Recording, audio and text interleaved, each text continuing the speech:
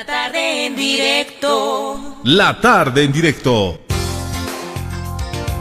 Claro, se comenta el discurso del presidente Luis Arce, se comenta lo que pasó en la Asamblea Legislativa el sábado, domingo y hoy también.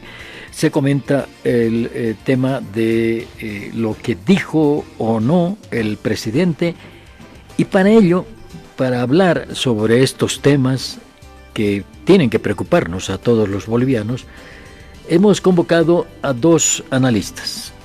Emilio Rodas, que es analista político y fue viceministro de régimen interior en este gobierno, y Agustín Echalar, que es analista político y también operador turístico, de acuerdo a lo que leemos en sus columnas.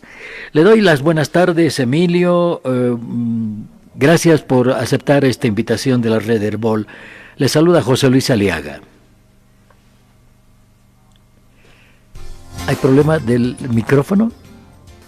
A ver, si habilitan el micrófono para conversar. Bueno, vamos entonces. Ahora sí está Emilio. Emilio, buenas tardes. Buenas tardes. Bien, vamos ahora a saludar a Agustín Echalar, analista político. Buenas tardes, Agustín. Gracias por convocarme. Bien, vamos a conversar con ustedes en el plano del análisis sobre lo que ha ocurrido en el país el último año con el gobierno de Luis Arce, pero antes quisiera su opinión sobre lo que vimos en la Asamblea Legislativa entre sábado y domingo en la elección de la directiva de la Cámara de Diputados. Primero, Emilio, ¿qué impresión le dejó este tema en la Cámara de Diputados?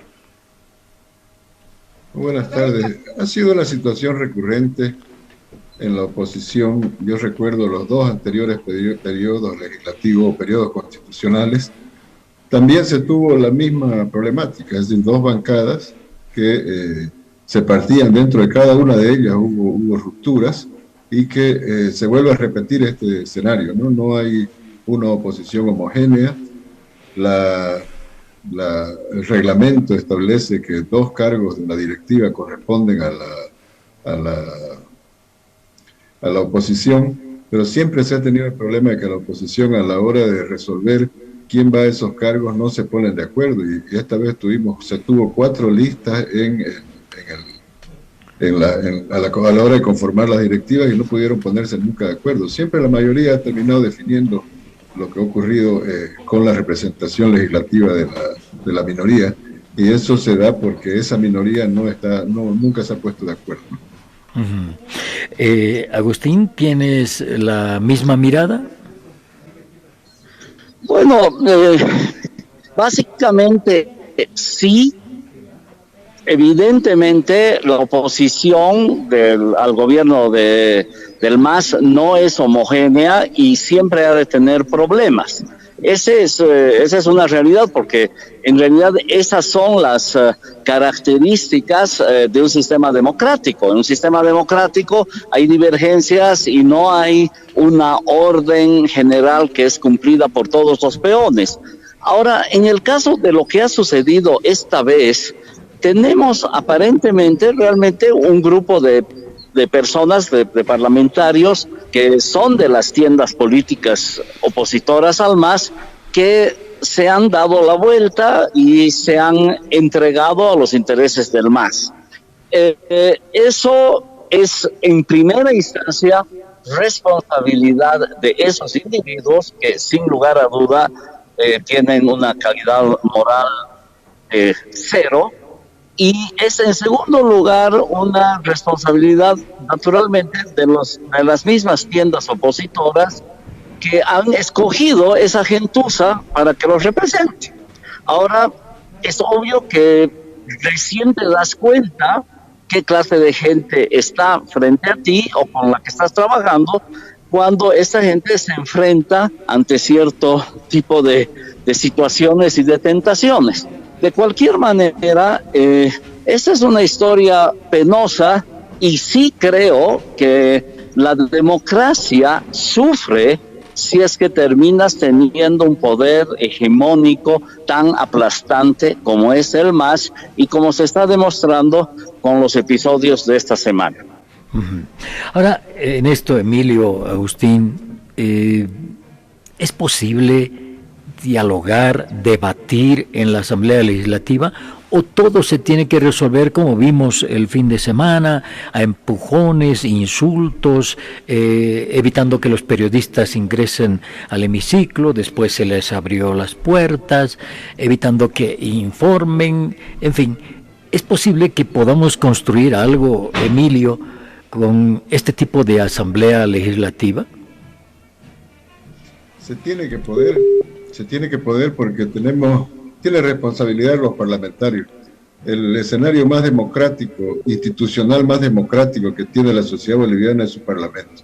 Y ese parlamento está para establecer precisamente los canales de diálogo, las jefaturas de bancada, la composición misma de los parlamentarios que forman cada una de estas bancadas, las jefaturas políticas de cada uno de estos frentes deben estar en condiciones de poder construir una agenda común, una agenda mínima que por lo menos establezca el respeto a la institucionalidad democrática. No puede ser que cada que se debate un tema en el Parlamento termine en un berrinche como este. También la minoría tiene pues responsabilidad, ¿no? También la minoría tiene responsabilidad y esa responsabilidad es de contribuir al debate, no andar saltando de banco en banco, tratando de asaltar la testera del legislativo, como si eso fuera un campo de lucha. No es así. Hay que construir democracia, pero construir democracia de todos lados. No se le puede exigir solo responsabilidad a la mayoría. Cuando tenemos una minoría que ha salido de la movilización de muchos sectores que han constituido proyectos políticos, pero proyectos políticos de corto plazo, proyectos políticos que no tienen un alcance más allá de sentirse oposición, no tienen otro sentido histórico, y ese sentido histórico es el que está faltando, es el que está limitando a esta representación parlamentaria. Hay una necesidad de que el Parlamento asuma un rol de liderazgo del sistema democrático boliviano, pero eso todavía creo que va a requerir que estos parlamentarios que hoy están ejerciendo un año puedan lograr una madurez política suficiente que les permita entender que no van a tener éxito a partir de la desaparición del oponente, van a tener éxito a partir de poder establecer esos acuerdos mínimos que nos permitan hacer avanzar la democracia boliviana, hacer avanzar la calidad de nuestra vida en común. Ahora, yo les digo, acá hemos entrevistado a parlamentarios de la oposición, a parlamentarios oficialistas, y los de la oposición coinciden en una cosa: cuando hay un debate en el Parlamento, ellos nunca pueden aportar porque no les dejan, nunca pueden sugerir cambios a las leyes que se están tratando. Esto es, te pregunto, Agustín, producto de la política y cómo se la lleva aquí en nuestro país, porque hay unos reglamentos en las cámaras, en ambas cámaras, pero parece que no se aplican. Vemos estas escenas, las que estamos viendo ahora en la pantalla, desde hace muchísimo tiempo, no desde hace 14 años o 15 años, sino desde hace 25 años atrás. Siempre ha habido este tipo de problemas en nuestro país que se trasladan hasta ahora. Pero eso no es posible, eso causa vergüenza ajena. No sé si estás de acuerdo con nosotros, Agustín. No. Yo creo que la democracia es una forma imperfecta, como decía un famoso político inglés. No es la menos mala de las formas de gobierno. No es perfecta, es llena de problemas, y esos problemas se dan de una forma u otra.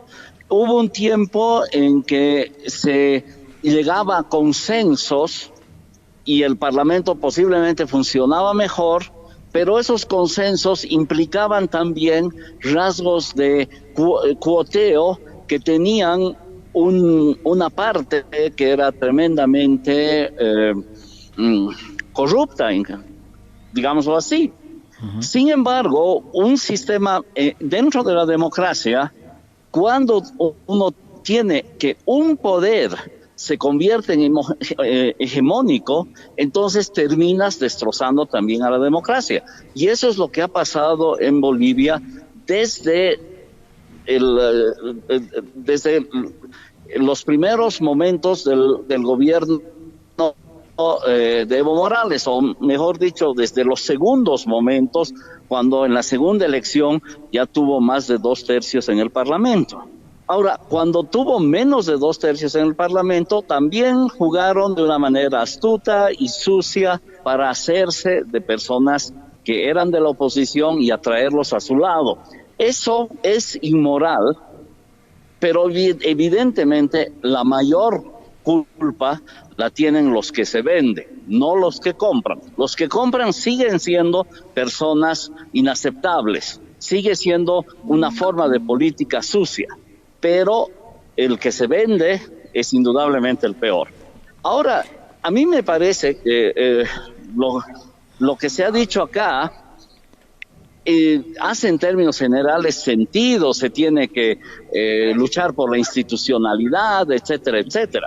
Lo que sí me rechina es que se hable eso a partir del MAS, de un partido político que realmente ha hecho pampa rasa con la institucionalidad en una enorme cantidad de aspectos, y definitivamente en el más importante, que ha sido no respetar la Constitución para las elecciones del año 2019, y que es lo que nos ha llevado a una situación insostenible, que seguimos en el mismo fango al que hemos sido introducidos a partir de esa falta de respeto a la Constitución.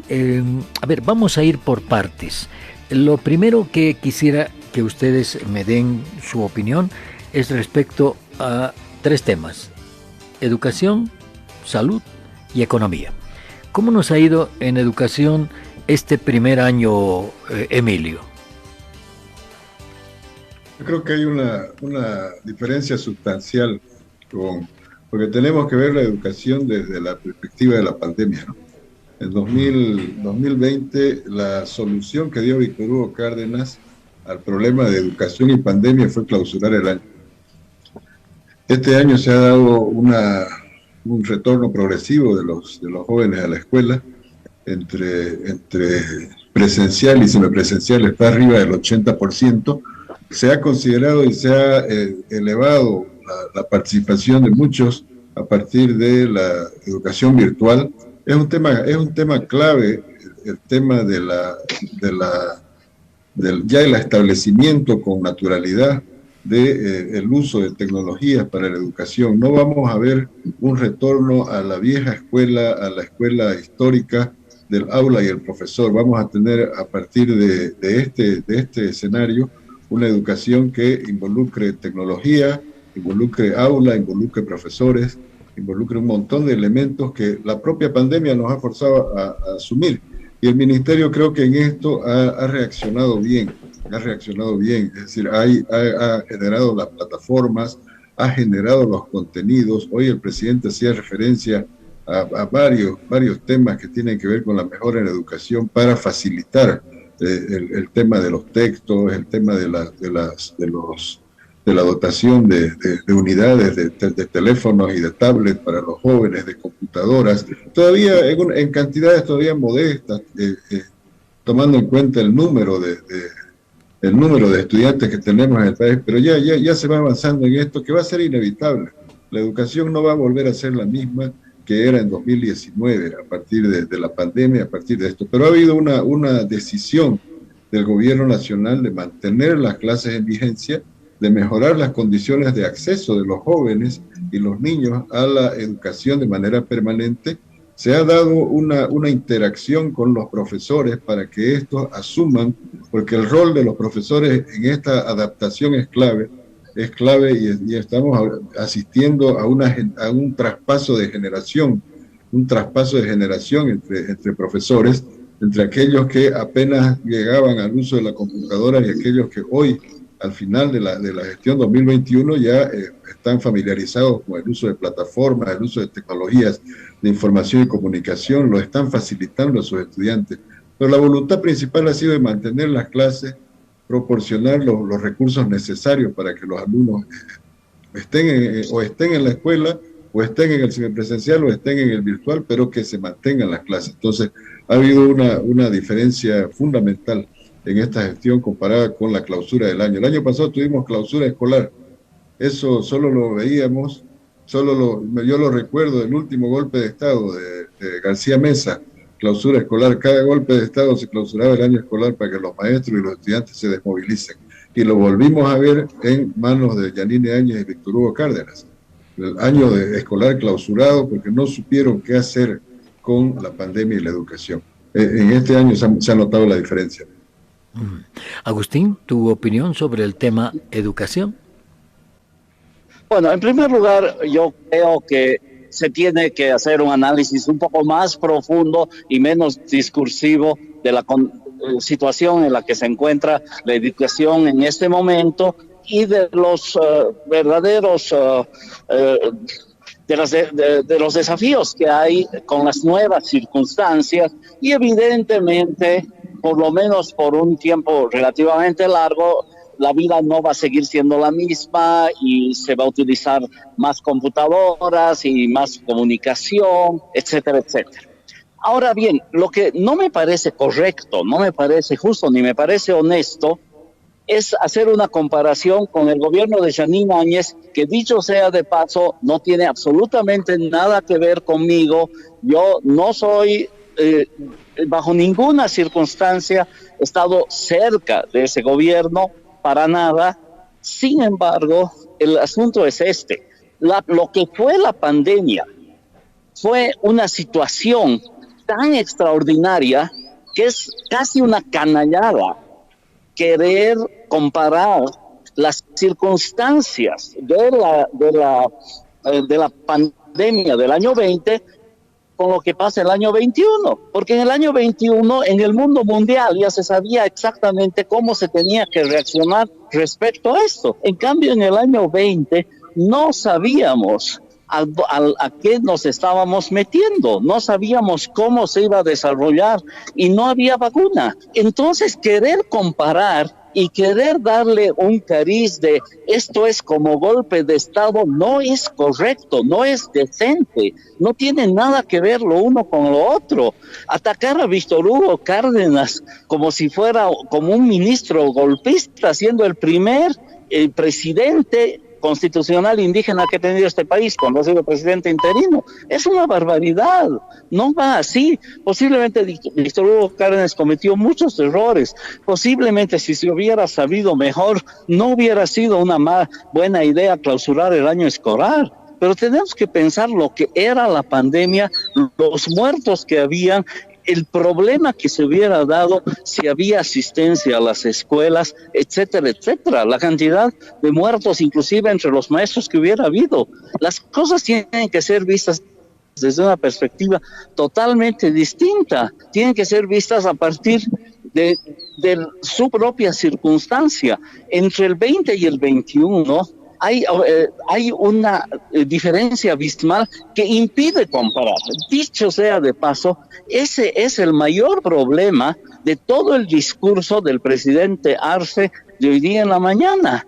¿Cómo se le ocurre hacer comparaciones entre el 20 y el 21? Son dos momentos históricos tan distintos, precisamente debido a la pandemia, que o solo por una tremenda ignorancia o por una gran indecencia se pueden juntar esos datos para llegar a conclusiones. No hay conclusión alguna que valga entre lo que ha pasado el año 20 y el año 21 en este país. Esto tiene que estar claro en el plano económico, en el plano de educación e indudablemente también en el plano de salud.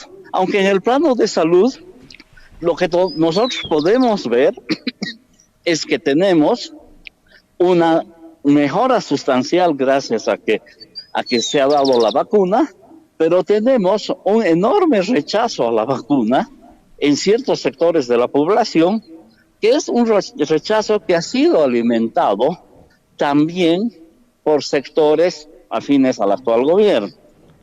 No debemos olvidar que es una pena que el vicepresidente no se haya hecho vacunar todavía. Emilio quiere comentar lo que acaba de decir Yo Agustín. estoy de acuerdo con Agustín de que no hay punto de comparación. La naturaleza de ambos gobiernos es totalmente distinta, ¿no? Hay un gobierno que emerge del golpe de Estado, de un golpe de Estado, y hay un ministro de Educación que fue posesionado por una presidenta de facto. Entonces ahí no hay inocencias y no hay virtudes que rescatar. La naturaleza de ambos gobiernos es absolutamente distinta y no es comparable 2020 con 2021. Sin embargo, el tema de la gestión de la educación en pandemia fue un tema que se decidió por lo fácil. Se decidió por lo fácil, porque no se está hablando de que se tuvo que haber vuelto a clases en aula. No hemos mencionado eso, pero clausuraron el año sin siquiera hacer el esfuerzo de construir por lo menos respuestas tecnológicas mínimas, por lo menos haber montado una estructura de capacitación para nuestros profesores para que puedan ellos transitar trasladar ese cambio de tecnologías que tenían que asimilar. No se hizo eso, se clausuró el año, como lo hizo García Mesa, como lo hizo Natush Bus, como lo hizo Hugo Banzer Suárez, igualito, se lo clausuró el año. Y claro, o sea, ahora podemos santificar y decir no sabían, pero nadie los llamó a que estén ahí. Nadie los llamó. El pueblo no los puso ahí. No fue el voto de la gente el que los puso ahí. El que los puso ahí fue un golpe de Estado. Y eso les da su condición de gobierno de facto y ministro de un gobierno de facto. Parte y contraparte en esto, Agustín, le toca. Bueno, en primer lugar, me parece una barbaridad que se siga con ese ridículo discurso del golpe de Estado. Y aclaremos, si podemos hablar de un golpe de Estado, podemos hablar de la interrupción de la democracia cuando Evo Morales se organizó la posibilidad de entrar a unas elecciones que no tenían que haber sucedido.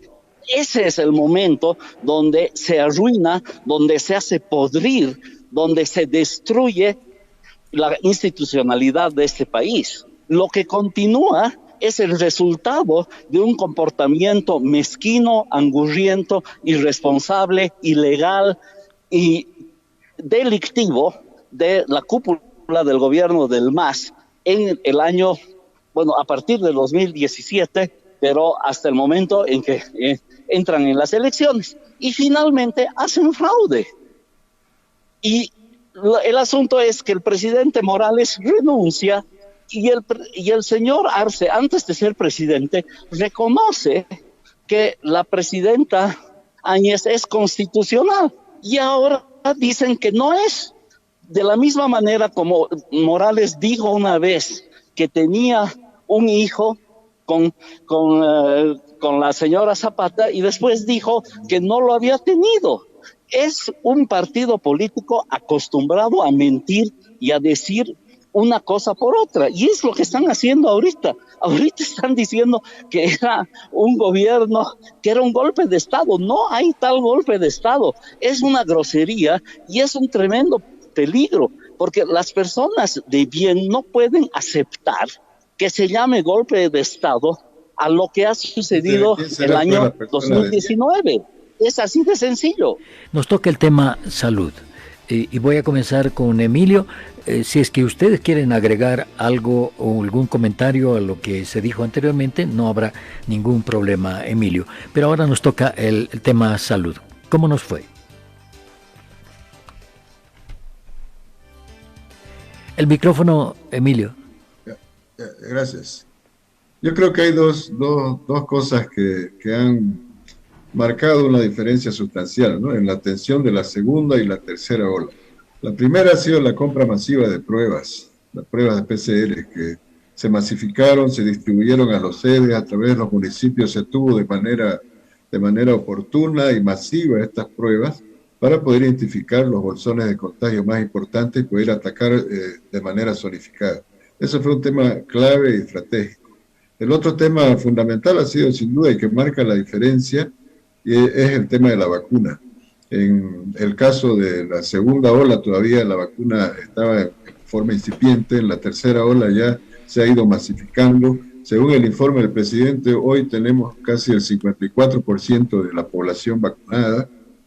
Hay mucha gente todavía que falta vacunar. Hay disponibilidad de 15, o se han comprado 15 millones de vacunas. Esto ha marcado la diferencia porque ha permitido gestionar la segunda y tercera ola sin la necesidad de parar la economía, sin necesidad de entrar en cuarentenas rígidas.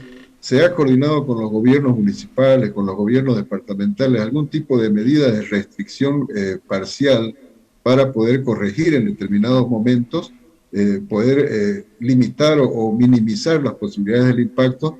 Esos dos elementos han sido claves, sumados a la articulación, a la coordinación con los gobiernos subnacionales.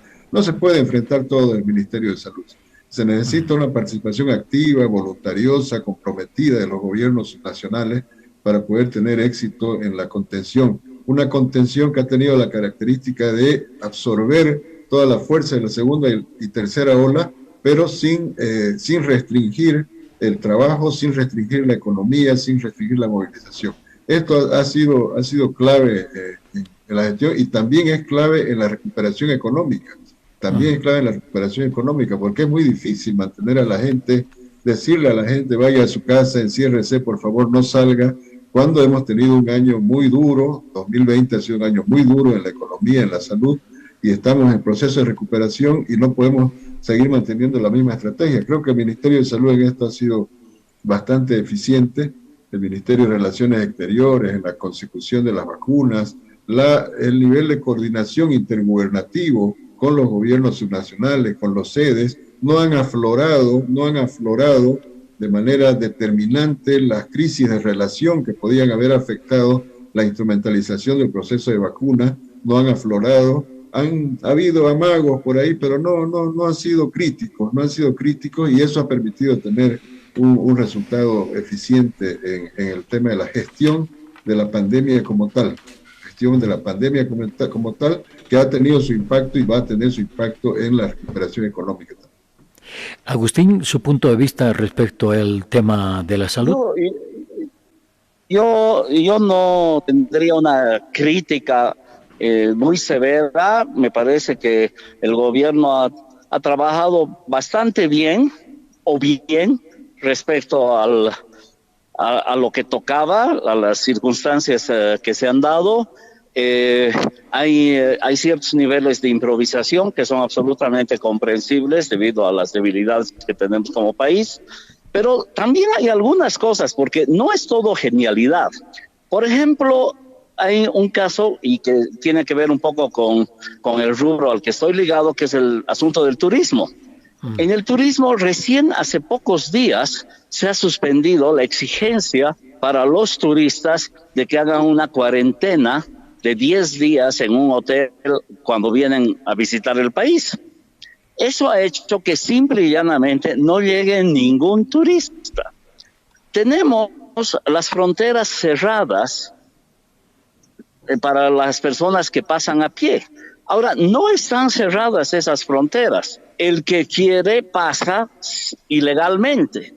Con tan bello motivo, seguimos teniendo movimiento de personas que eventualmente son el tipo de personas que se cuida menos por millones de motivos y que cruza de una frontera a la otra, y prohibimos el paso de, por ejemplo, potenciales turistas de un cierto nivel económico que pueden dejar dinero al país y que simple y llanamente no van a cruzar si es que obviamente legalmente eso está prohibido. Entonces, con tan bello motivo, no hemos podido ayudar en la reactivación del turismo receptivo internacional, y no hemos ayudado en nada con esa prohibición a frenar la pandemia. O sea, no es que estoy seguro que hay cosas muy buenas pero hay muchas cosas que faltan y que no se han hecho y que bastaban hacerse después de una pequeña reunión y de escuchar a las personas involucradas con esa actividad, de hacer las cosas adecuadas para que la cosa vaya mejor. Nos toca la economía. Emilio, la economía en este último año, y siempre hay que ver que todo viene desde atrás, pero ¿cómo le fue al país en la economía este año?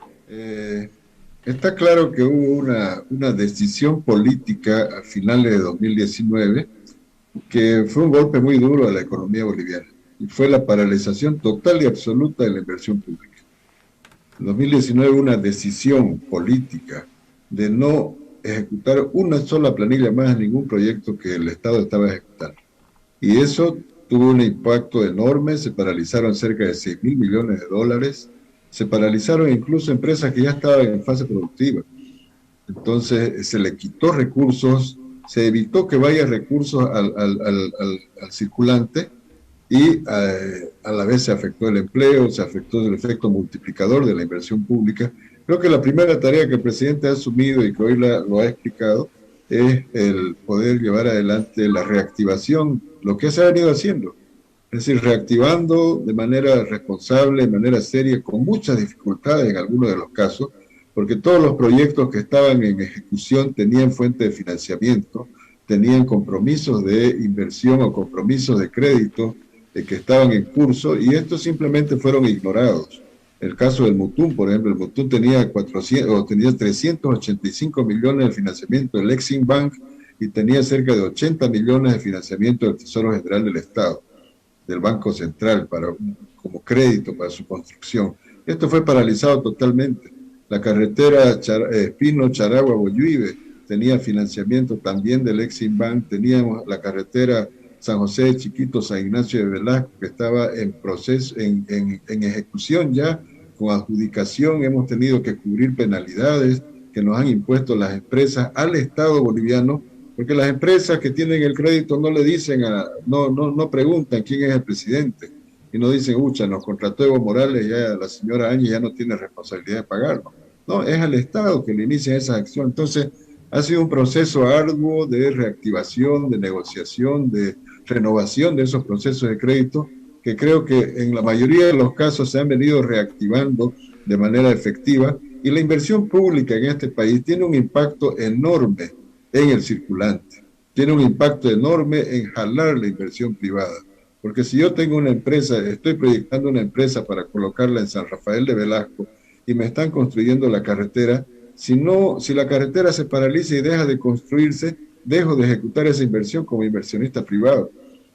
Entonces tiene un impacto enorme en el empleo, en la multiplicación. A esos obreros que participan en un proyecto de infraestructura o de industrialización, alguien les brinda el alimento, alguien les brinda la ropa, alguien los transporta, es decir, el efecto es importante. Y eso es lo que el presidente Arce ha venido reactivando desde el primer momento que asume la presidencia del Estado. Ha venido renegociando esos créditos, ha venido renegociando con el Banco Central, ha venido reactivando algunas industrias que fueron paralizadas de manera criminal.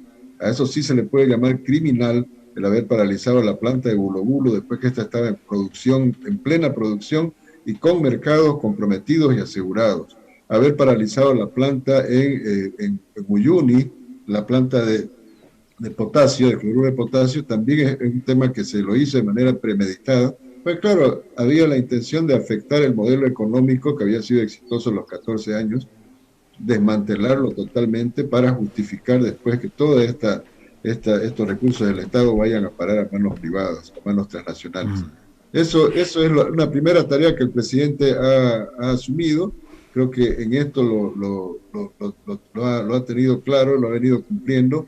Hay una segunda fase que ya viene desarrollando, que es el tema de la industrialización para sustituir importaciones. Esto que tiene que estar combinado de manera directa con la inversión privada, tiene que estar directamente combinada con la inversión privada, la inversión de las pequeñas empresas. En este rubro también se ha asignado recursos.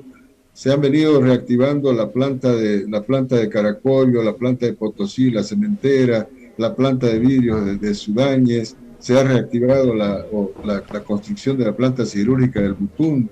En fin, hay diferentes industrias que se han ido reactivando, pero que todavía, digamos, que no tiene un impacto altamente percibible en la microeconomía. Eso creo que es un defecto que todavía tenemos que impulsar aún más. Hay que bajar una mayor cantidad de recursos al microcrédito, hay que incentivar, motivar el mercado interno, que era uno de los pilares del modelo económico social comunitario productivo, era precisamente la dinamización del mercado interno para que tengamos una base de mercado. Hay que frenar el tema del contrabando, tampoco se está siendo exitoso en esto.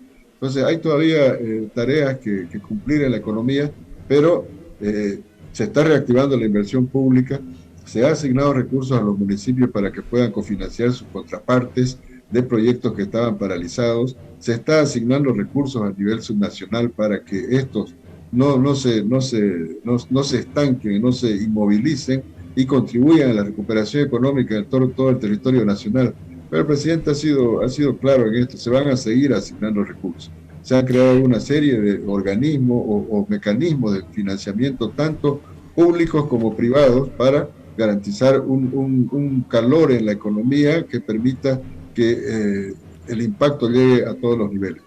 Bien. Agustín, ¿su criterio sobre el tema economía?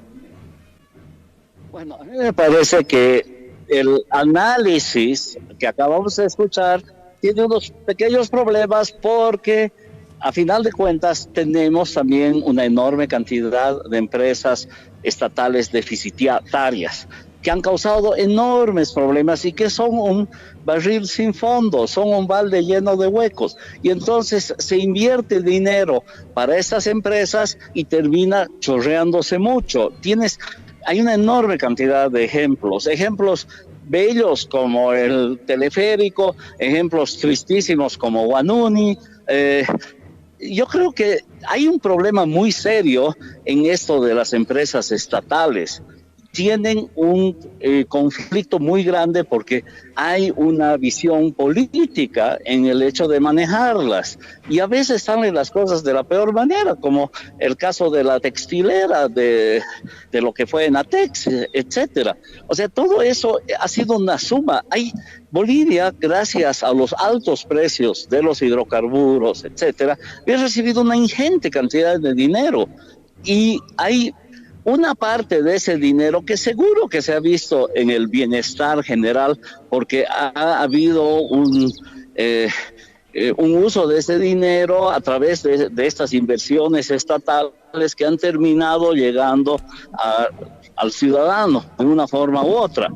Sin embargo, es muy posible que si se hubiera hecho algo un poco más sensato, no se hubiera tenido que invertir tanto y se hubiera podido utilizar el dinero en trabajos muchísimo más serios y en inversiones sociales, que son las que tiene que hacer el Estado, como es el caso de salud. En el tema de salud estamos fundidos como país, tenemos una pésima salud.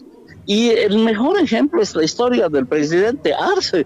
Él ha tenido que ir al Brasil a hacerse curar porque si se quedaba acá no sería presidente, claramente, ¿no? Entonces, el asunto es que nosotros debíamos haber invertido en vez de en una planta en vez de la planta de Bulo Bulo, tal vez en un muy buen sistema médico. Lo mismo con el teleférico. El teleférico es precioso, es un lujo para La Paz, pero no cumple con su cometido y ha costado casi $1.000 millones. Entonces, ese tipo de cosas no son como para llenarse la boca de loas y alabanzas hacia un gobierno que tiene sus deficiencias. Ahora, yo puedo decir en términos generales que este año he visto una reactivación obviamente muy y una situación económica mucho más halagadora de la que se ha visto obviamente el momento de la crisis del año pasado, donde yo consideraba que estábamos en una muy muy mala situación porque estábamos en un estado casi que podría llamarse de guerra contra un enemigo natural.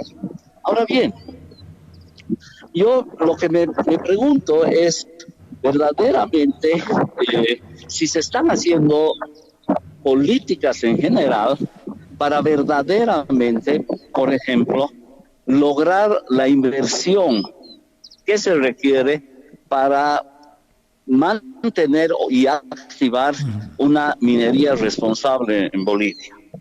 Me pregunto si se está haciendo lo propio con el tema de los hidrocarburos.